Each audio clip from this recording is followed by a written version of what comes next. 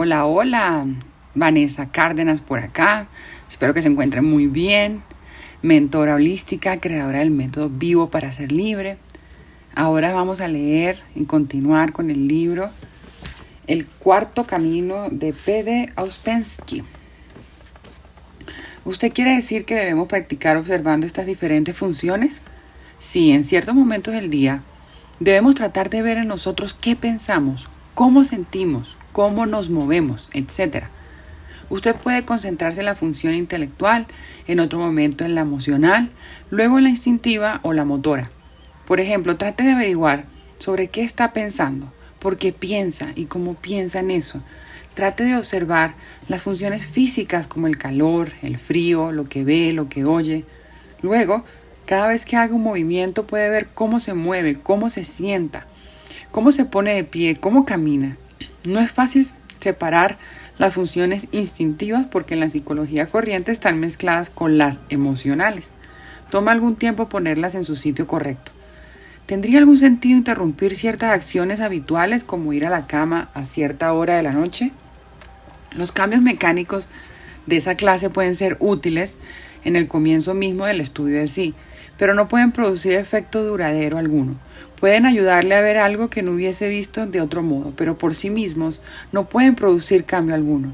El cambio debe empezar desde adentro, desde el cambio de conciencia, desde el momento que usted empieza a recordarse o incluso antes, cuando empieza a comprender la posibilidad del recuerdo de sí y de que es realmente importante. Solo es de lamentar que a menudo suceda que la gente empiece bien y luego pierda la línea de los esfuerzos. La observación de la mecanicidad disminuye la mecanicidad. Estoy pensando en el trabajo físico.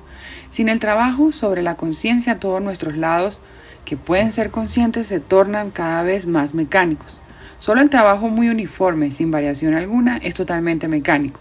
Si el trabajo es un poco más complicado, entonces cuanto más mecánico, peor es. En ningún trabajo la mecanicidad es útil.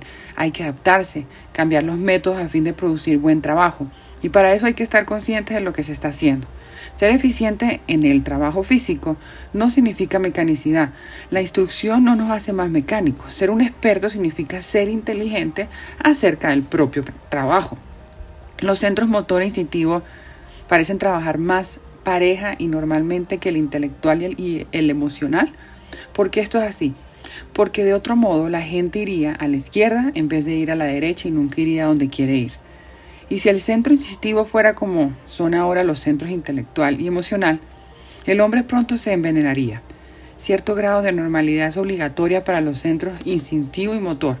Otros centros pueden enloquecer sin prejuicio inmediato. A fin de entender la mecanicidad del hombre, es ultísimo aprender a pensar sobre él como una máquina, a estudiar las funciones de esta máquina y entender las principales divisiones de las funciones no solo en general, no meramente en teoría, sino estudiarlas en su actividad, aprender cómo trabajan. Esta división en 4 funciones es solo una división preliminar, porque cada una de ellas se subdivide a su vez. Todo esto ha de estudiarse y entenderse mediante la observación, porque el estudio teórico no da el mismo resultado, no conduce a las mismas conclusiones, no muestra la misma verdad. Por ejemplo, poquísimos sistemas reconocen la existencia del centro instintivo de la mente instintiva. No he oído de ningún sistema que reconozca la existencia de una mente motora independiente. Sin embargo, la mente motora representa un papel importantísimo en nuestra vida, de modo que la ausencia de esta división arruina en gran medida los resultados de la observación corriente del hombre, particularmente en la psicología moderna, pues ya que este hecho no es reconocido, muchas cosas son atribuidas a un origen erróneo. El centro motor es importantísimo estudiarlo y observarlo, porque tiene otras funciones además del movimiento en el espacio, como por ejemplo la imitación, que es una función importantísima del hombre número 1. Además, el centro motor controla también los sueños, y no solo los sueños nocturnos, sino también los sueños en estado de vigilia, los sueños diurnos. Y puesto que la mayoría de nuestra vida pasa en sueños reales o en sueños diurnos, es importantísimo el estudio de la función motora. Pensamos que el lado intelectual y emocional es más importante, pero en realidad la mayor parte de nuestra vida es controlada por las mentes instintiva y motora. De modo que el centro tiene muchas funciones útiles, muchas funciones inútiles. Hay una conexión entre conducirse mecánicamente y el centro motor. No, el centro motor significa solamente la mente cuya función legítima es controlar los movimientos, de modo que motor y mecánico no son lo mismo. Cada centro puede ser mecánico, cada función puede ser más mecánica o menos mecánica, más consciente o menos consciente. Ciertamente hay algunos procesos mecánicos en nosotros para lo que no es necesario volverse consciente, como los procesos fisiológicos que están dispuestos y controlados por su propia mente. Pero son nuestras acciones en conjunto, en relación con nosotros y con otras personas, las que pueden tornarse dañinas si se las deja libradas a sí mismas. ¿Charlar es siempre mecánico? ¿A menudo charlo antes que tenga tiempo para detener la charla? En la mayoría de los casos, esta es una de las primeras cosas que ha de observarse y combatirse. Es muy difícil observar y es difícil combatir, pero se debe hacerse. Yo acostumbraba a pensar que charlando sobre mis observaciones las estaba formulando, pero ahora juzgo que existe el peligro de que la observación se evapore en la charla. Puede haber charlas muy diferentes. Usted puede charlar por charlar o puede hacerse charlar con esfuerzo. La charla puede ser despertar y puede ser estar dormido. ¿Podría hablársenos de algún modo de hacer más esfuerzos para observar? Si se pone en una posición más difícil, por ejemplo, si asume una postura desacostumbrada, no podrá cesar de observar. No nos observamos porque la vida es demasiado fácil. Si usted tiene hambre o frío, si está cansado, se observará. Pero con la civilización no hay sensaciones físicas fuertes. Suavizamos todas las cosas antes que lleguen a un grado que nos haga observar. ¿Esta es la clase de observación que usted quiere que practiquemos? Yo juzgaba que era la observación de nuestros estados interiores. Todo es útil. El estudio de la máquina también es necesario, igual que el aspecto psicológico. Usted no puede estudiar un aspecto sin el otro. Debe saber cómo trabaja la máquina. ¿Cómo sabe cuántos centros hay? Mediante observación. En el sentido corriente, usted puede observar 4 funciones diferentes que obviamente provienen de diferentes fuentes controladas por diferentes principios. La observación de sí muestra esto con absoluta claridad y luego de algún tiempo no podrá mezclarlas. ¿Por qué los psicólogos modernos no llegaron a esa conclusión? Porque sobre todo eso no saben. Esta división de los centros parece muy simple, pero el hecho de que no se la conozca muestra que la mente corriente no puede descubrirla. La mente corriente, si usted toma la psicología existente, tan solo siente algo diferente, pero no puede decir definitivamente que esta es una cosa y aquella es otra. Esta idea proviene de las escuelas, igual que la idea completa de la división de los 4 estados de conciencia. Usted puede encontrar esta última idea en la literatura, pero la descripción es absolutamente diferente, de modo que nuevamente proviene de las escuelas y deberá ser explicada oralmente. Hay cosas que pueden describirse en los libros y hay cosas que jamás podrán describirse correctamente. De modo que la idea de los centros es una idea vieja. Es muy vieja, pero no podemos descubrirla hasta que nos hablen de ella. Si nos la dicen, podemos observarnos y descubrir que es verdad, pero por nosotros mismos no podemos descubrirla. Los hechos prueban esto, pues no ha sido descubierto. ¿Dónde están situados los centros? No interesa, porque cada centro ocupa todo el cuerpo. No hay una sola célula de nuestro cuerpo que no esté controlada por todos los centros. Esto no deberá tomarse demasiado literalmente. Por ejemplo, no podrá decir que el intelecto controla cada célula, de modo que hay limitaciones, pero hablando en general, cada centro controla todo el cuerpo de un modo diferente. Pero no podemos conocer el estado físico mediante observación corriente. Podemos, sin embargo, estudiar las funciones y eso da todo el material que es necesario. Entonces uno puede observar con el intelecto. Usted no puede hacer nada más. Esa es la única parte de nuestra que está a cierto punto bajo nuestro control, de modo que podemos usar la mente para la observación. Después quizás pueda adiestrar otros centros para hacer observaciones, pero eso no podrá llegar durante largo tiempo. Naturalmente, no deberá encontrarse otros centros en el camino. Por ejemplo, si usted se identifica emocionalmente con algo, eso impedirá su observación. Usted quiere pensar en una cosa, pero eso le traerá constantemente otros pensamientos, otras asociaciones. Durante largo tiempo, tenemos que trabajar desde el centro intelectual, pero al mismo tiempo debemos entender que no podemos ir lejos de él, porque tiene límites definidos. Le llevará hasta cierto punto después del cual usted no podrá ir más allá, a no ser que pueda usar el centro emocional. Pero el centro emocional primero tiene que ser adiestrado. Usted deberá aprender a no expresar las emociones negativas.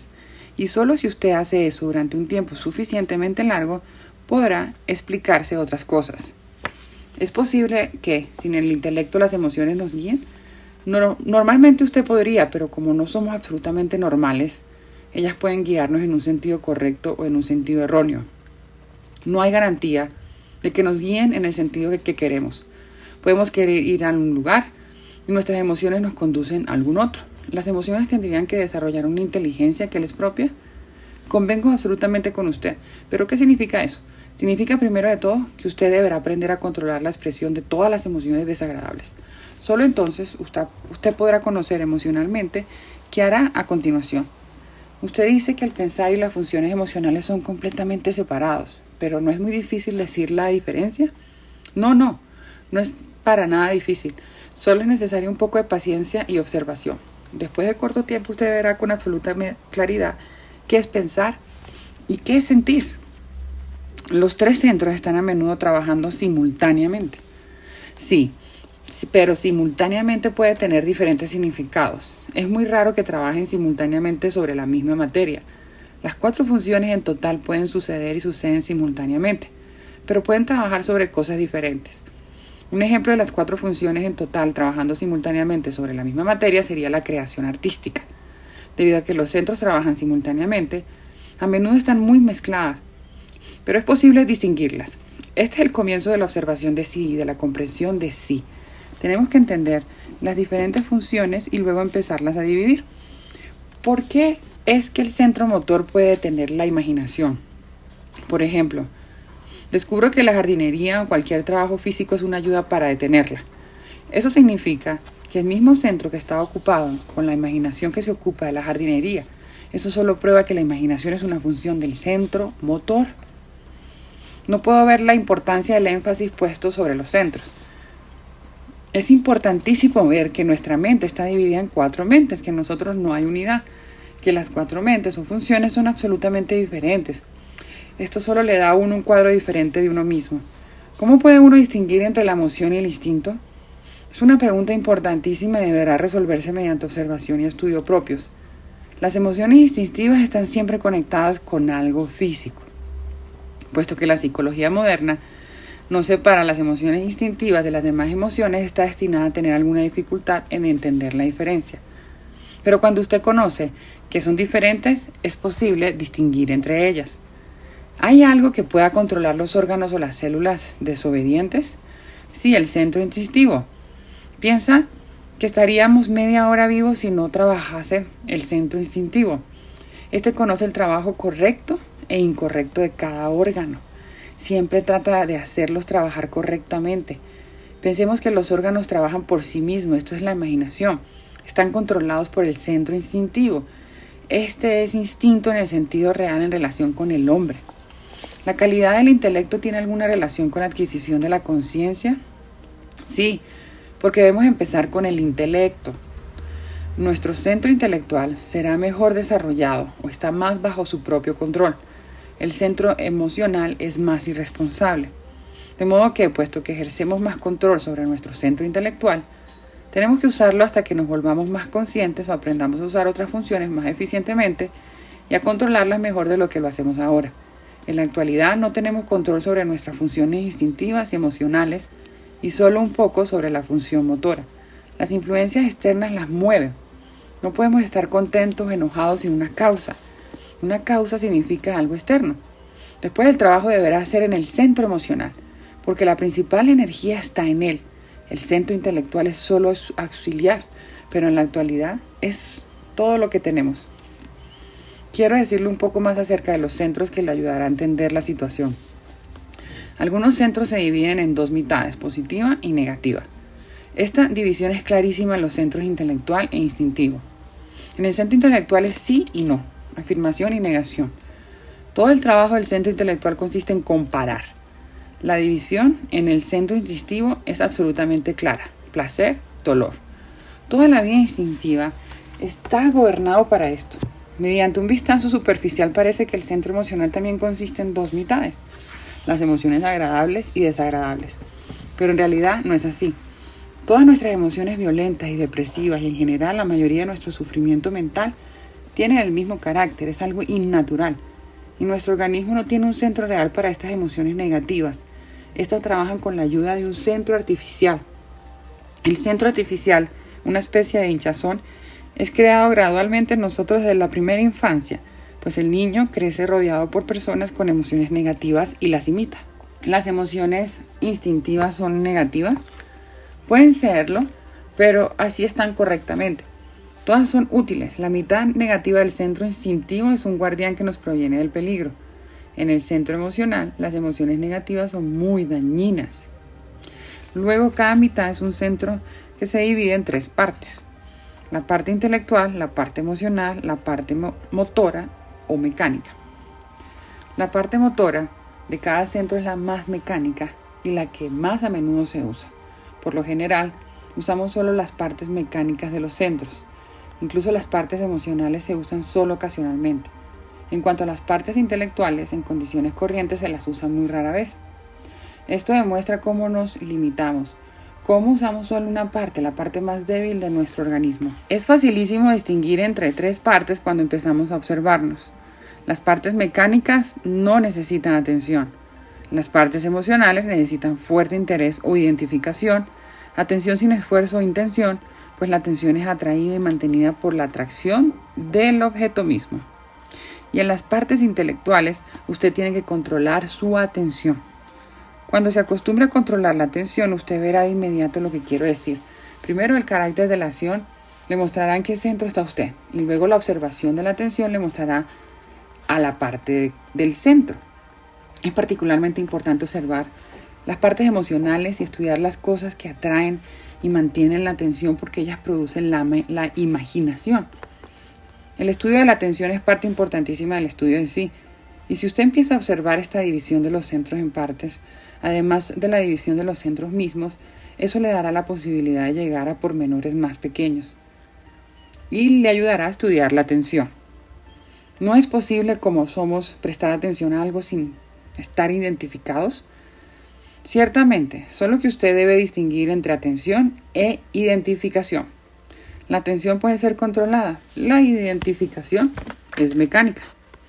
Usted dijo que tenemos 3 clases de atención.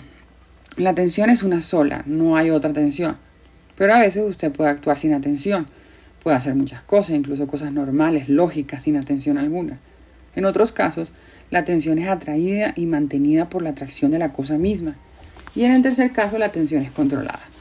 Descubro que si controlo mi atención siquiera por breve tiempo no puedo imaginar. Enteramente cierto, porque la imaginación sigue en las partes mecánicas de los centros, sin la atención. Si la atención se fija en algo, la imaginación se detiene. Solo cuando uno está recordando se puede prestar atención controlada, es más o menos en la misma línea. Pero al mismo tiempo la atención controlada es posible en la vida corriente. A veces las personas pueden controlar su atención y realizan un trabajo interesante sin saber nada sobre recordarse. Aunque la atención controlada está muy próxima al recuerdo de sí, hay una diferencia. La atención solo puede ser en un centro, mientras que el recuerdo de sí necesita el trabajo de los 3 o incluso de los 4 centros. ¿No es muy fácil para la atención controlada convertirse en identificación? No, son muy diferentes. Una es el máximo de control, la otra es el mínimo de control. No hay posibilidad de control en la identificación. ¿Uno puede estimular al centro intelectual para que trabaje? Cultive la atención. Verá que entonces eso da resultados diferentes. Piense con atención. No se deje pensar mecánicamente. El pensamiento mecánico se transforma en imaginación. ¿Cuál es la diferencia entre hacer cosas consciente e intencionalmente? No podemos hablar de hacer cosas conscientemente porque no estamos conscientes. En cuanto a hacer cosas intencionalmente, si usted efectúa algún trabajo y tiene que prestarle atención, entonces incluso sin que lo advierta, parte de su esfuerzo estará conectado con mantener la atención sobre lo que usted está haciendo. Pero si eso se torna absolutamente mecánico, puede usted estar pensando en algo más, pero sus manos estarán aún haciendo eso. Eso será la parte mecánica del centro. Si su trabajo necesita pensamiento, invención, adaptación constantes, usted tiene que trabajar con las partes intelectuales. La parte mecánica del centro intelectual tiene un nombre especial. A veces se la menciona como centro separado, y en ese caso se lo llama centro formativo o aparato formativo. La mayor parte de las personas usa solo esta parte. Nunca usa las partes mejores del centro intelectual. Pero las ideas de este sistema o las ideas similares no pueden entenderse mediante el aparato informativo. El aparato formativo tiene limitaciones muy claras. Una de sus peculiaridades es que compara solo dos cosas, como si en cualquier línea particular existiesen solo dos cosas. Por tanto, el centro formativo gusta pensar en los extremos, por ejemplo, lo sabe todo o no sabe nada. Otra de sus peculiaridades es buscar inmediatamente lo opuesto. Usted puede descubrir muchos ejemplos de pensamiento formativo. Por ejemplo, si digo que usted debe hacer esto o aquello, la gente dirá, pero usted dijo que no podemos hacer. Si digo que esto necesita poder de voluntad, la gente diría, ¿cómo? Si no tenemos voluntad. Si hablo de ser más conscientes o menos conscientes, la gente dice, pero no tenemos conciencia. Todos estos son ejemplos del pensamiento formativo. ¿Puede dar un ejemplo del aparato formativo usado correctamente? Sí, el centro intelectual trabaja normalmente, es decir, si las otras partes realizan su trabajo, el centro formativo trabaja absolutamente muy bien. Es un aparato registrador, solo nos concierne su trabajo equivocado. Esto no se refiere solamente al aparato formativo, sino también a todas las partes mecánicas de los centros. Solo cuando empezamos a trabajar equivocadamente, ellos se vuelven peligrosos. De modo que no hay necesidad de preocuparse por su trabajo correcto. Lo que usted debe tratar de hacer es eliminar su trabajo equivocado.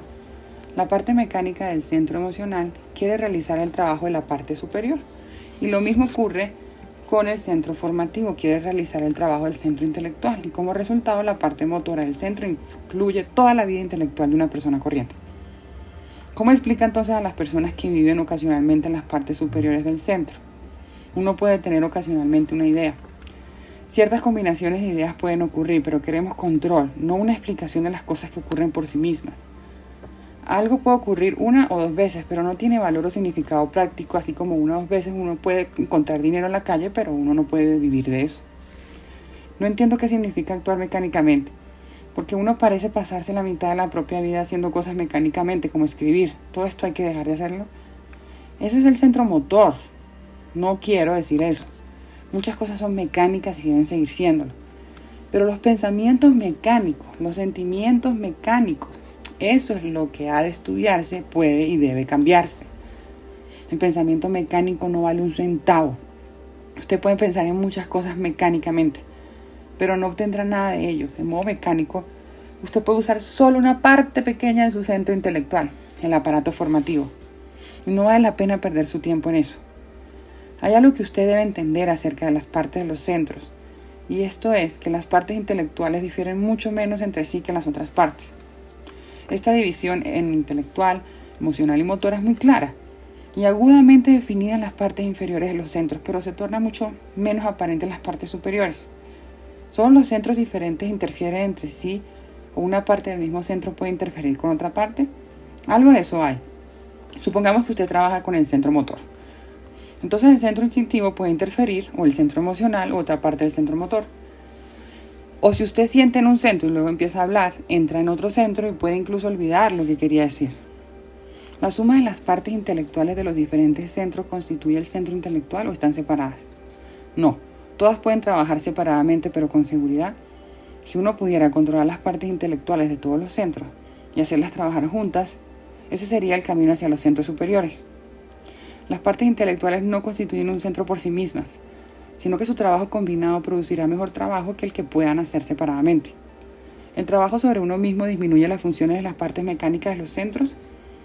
Disminuirá el trabajo de las partes mecánicas en el sentido de que disminuirá la mecanicidad donde la atención y la conciencia son útiles. Las partes mecánicas realizarán entonces su trabajo para el cual están destinadas, y tal vez lo hagan mejor que ahora porque ahora están demasiado ocupadas con cosas que no les conciernen.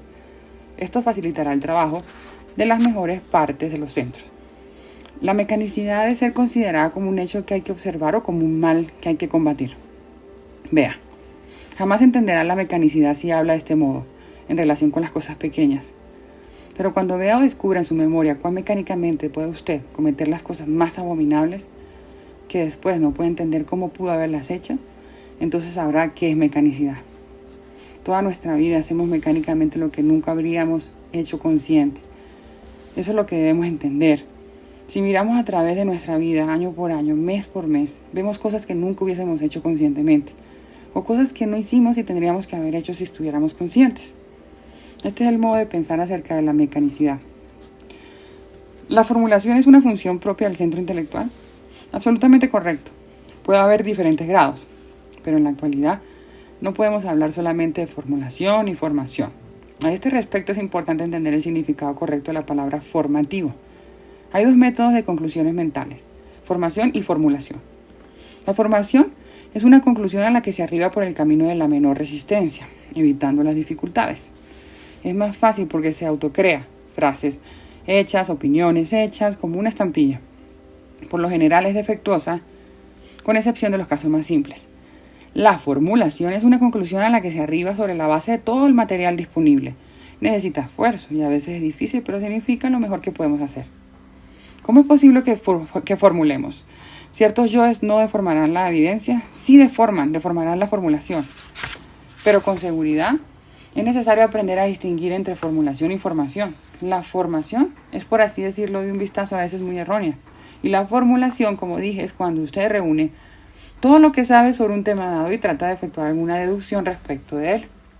¿Por qué a veces encuentra interesantes las prácticas y a veces no?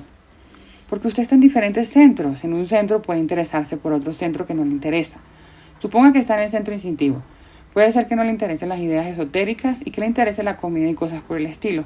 Pero si usted está en el centro intelectual o parcialmente en el centro emocional, usted puede estar interesado. Usted sabe que tenemos 4 habitaciones en nuestra casa y depende del cuarto en que estemos que nos interesemos o no. Descubro que en el trabajo mecanográfico rutinario uno escribe con más rapidez. En el trabajo mecanográfico inteligente uno escribe más lentamente. Porque trabajan 2 centros. El trabajo complicado necesita de los 2 centros, pero hasta en copiar entra el centro intelectual. En el centro motor no puede confiarse mucho, que él controla la imaginación y los sueños. De modo que cuando trabaja, el que vigila es el centro intelectual. Si uno trabaja totalmente en el centro motor, está semidormido. Toda la cooperación de los centros es cierto grado de despertar. ¿Qué significa quedarse dormido? La desconexión de los centros. El habla se halla bajo 2 centros. Más todavía, por lo general es en parte instintiva, en parte motora y en parte intelectual, y puede ser emocional, de modo que incluye las 4 funciones en total. La parte intelectual de cada centro separado es la mejor parte y la que hay que tratar de mantener como si estuviese contra las partes emocional y mecánica de cada centro. Todas las partes son igualmente necesarias, pero cada parte debe realizar su propio trabajo. Las partes no están equivocadas en sí mismas. Cada una de ellas tiene su propia función, pero si se reemplazan una a otra, su trabajo se torna equivocado. Vea, la idea de que no usamos todo nuestro cerebro, sino solo la parte de él, no es nueva. Pero los sistemas psicológicos no explican qué no usamos, porque las partes de los centros no están en el mismo nivel. Son máquinas realmente diferentes. Este sistema da una anatomía real de nuestro cerebro y generalmente de toda nuestra mentalidad. De modo que este es un punto importantísimo. Si uno empieza a observarse desde el punto de vista de la atención, puede estudiar los diferentes valores de los propios procesos mentales. Esta es la clave de estas máquinas. ¿Cuál es la diferencia entre la parte motora del centro intelectual y la parte intelectual del centro motor? Son completamente diferentes. La parte intelectual del centro motor puede controlar todos nuestros movimientos más complicados, cuando tenemos que inventar nuevos movimientos. Suponga que uno invente una máquina complicadísima, o que trabaje con una máquina muy difícil, o que realice un trabajo manual muy intrincado que necesite constante atención y constante recuerdo de este incluso. A fin de no interrumpir la totalidad, ese sería el trabajo de la parte intelectual del centro motor. Y la parte motora del centro intelectual es el aparato registrador o formativo, un sistema de fichero en el cerebro. Es muy útil en su sitio, pero se lo usa con finalidades equivocadas. Suponga, por ejemplo, que uno arroja esas fichas por el aire y trata de efectuar deducciones sobre el modo en que caen. Ese sería un trabajo equivocado del aparato formativo. Y eso es lo que habitualmente hacemos. Cuando hablo de ajustar las cosas, ¿usted significó tratar de hacer que los centros trabajen mejor? ¿Que los guiara hacia ese trabajo mejor? Todo el trabajo sobre usted mismo, el estudio de sí, el conocimiento de sí, el recuerdo de sí. Pero primero tenemos que conocer la máquina y luego tenemos que aprender a controlarla. Tenemos que reajustar las funciones de modo que cada uno realice su propio trabajo correcto. La mayor parte de nuestra actividad consiste en un centro que efectúe el trabajo del otro centro. Nuestra incapacidad para alcanzar nuestro nivel normal radica en nuestra incapacidad para hacer que nuestros centros trabajen correctamente. Muchas cosas inexplicables que observamos se deben al trabajo equivocado de los centros. ¿El trabajo equivocado de los centros significa interferencia de uno con otro? Hay 2 formas de trabajo equivocado de los centros. O interfieren, es decir, uno trabaja en lugar del otro, o uno toma la energía del otro. A veces los centros tienen que trabajar por otro. Si por alguna razón un centro cesa de trabajar, la máquina está dispuesta a que otro centro puede continuar la labor de aquel durante un tiempo para evitar una interrupción. La idea original de tal disposición es absolutamente correcta, pero en la vida real, esa pasó a ser la causa de los trastornos mentales y físicos porque un centro no puede trabajar apropiadamente para otro. Y en el estado de identificación gustan realizar el trabajo equivocado en lugar de su propio trabajo. Eso se convirtió en una suerte de mal hábito y mediante la mezcla de las funciones, los centros empiezan a mezclar las energías, tratando de obtener energías más potentes para las cuales no están adaptados. Encuentro difícil ver ejemplos del trabajo equivocado de los centros. Mi única observación es que a menudo experimento una sensación de excitación innecesaria. Puede ver que los ejemplos cuando las personas se tornan innecesariamente emocionales en relación con hechos que se realizarán mejor sin emoción alguna. ¿Cómo puede uno detener esa interferencia? En la actualidad nuestras funciones están condicionadas por nuestro estado de conciencia. Hay una leve variación. Podemos estar un poco más conscientes de lo que estamos, un poco más o menos. Eso afecta a las funciones, pues si usted está más despierto, las funciones producen mejores resultados. Si usted está más dormido, producen peores resultados. Esto lo podemos observar, pero como principio usted debe entender que las funciones y los estados de la conciencia son independientes uno del otro y existen por sí mismos. El estado de conciencia afecta a las funciones y la conciencia acrecentada creará nuevas funciones. El despertar completo y real producirá nuevas funciones que ahora no tenemos. ¿A lo que debemos aspirar es a un perfecto ajuste de los 4 centros? Sí, ese es el punto de partida. Luego de eso el hombre puede pensar en crear estados superiores de conciencia, en estar conscientes de sí, luego en estar conscientes de las cosas fuera de él. Esto corresponderá al trabajo de los centros superiores. Un centro no puede mejorarse por sí mismo. Todo debe ser mejorado. Debe llegar al trabajo normal. Vea la máquina humana. Está fabricada con mucho talento y en ella todo puede ser usado para la misma finalidad. Pero en el nivel corriente, el trabajo de los centros no está plenamente coordinado.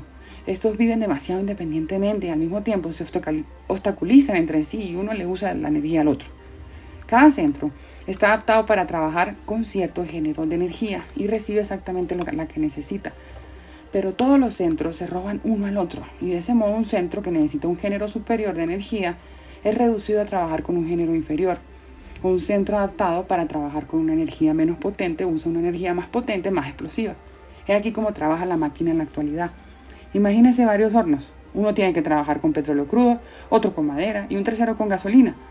Suponga que al diseñado para madera se le da gasolina. No puede esperarse sin explosiones.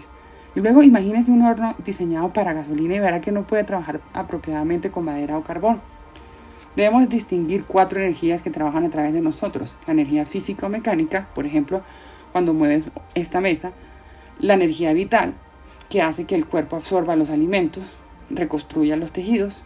La energía psíquica o mental, con la que trabajan los centros. Y la más importante, la energía de la conciencia. La energía de la conciencia no es reconocida por la psicología ni por las escuelas científicas. La conciencia es considerada como parte de las funciones psíquicas. Otras escuelas niegan completamente la conciencia y todo lo consideran mecánico. Algunas escuelas niegan la existencia de la energía vital, pero la energía vital es diferente de la energía mecánica. Y la materia viva solo puede crearse partiendo de la materia viva. Todo crecimiento procede de la energía vital. La energía psíquica es la energía con la que los centros trabajan. Pueden trabajar con la conciencia o sin la conciencia, pero los resultados son diferentes, aunque no tanto como para que la diferencia pueda ser distinguida con facilidad en los otros. Uno puede conocer la conciencia en uno mismo. Para cada pensamiento, sentimiento o acción o para estar conscientes, debemos tener la energía correspondiente. Si no la obtuvimos, desencadenamos y trabajamos con energía inferior. Llevamos meramente una vida animal o vegetal. Luego acumulamos de nuevo energía, tenemos nuevamente pensamientos, podemos nuevamente estar conscientes por breve tiempo. Ni siquiera una enorme cantidad de energía física puede producir un pensamiento. Para el pensamiento se necesita una solución diferente, más fuerte. Y la conciencia requiere una energía aún más rápida y más explosiva. Bueno, hasta aquí hemos llegado en este episodio. Muchísimas gracias por escuchar. Esto, cada vez lo digo, está más interesante, más profundo y vale la pena tomar notas.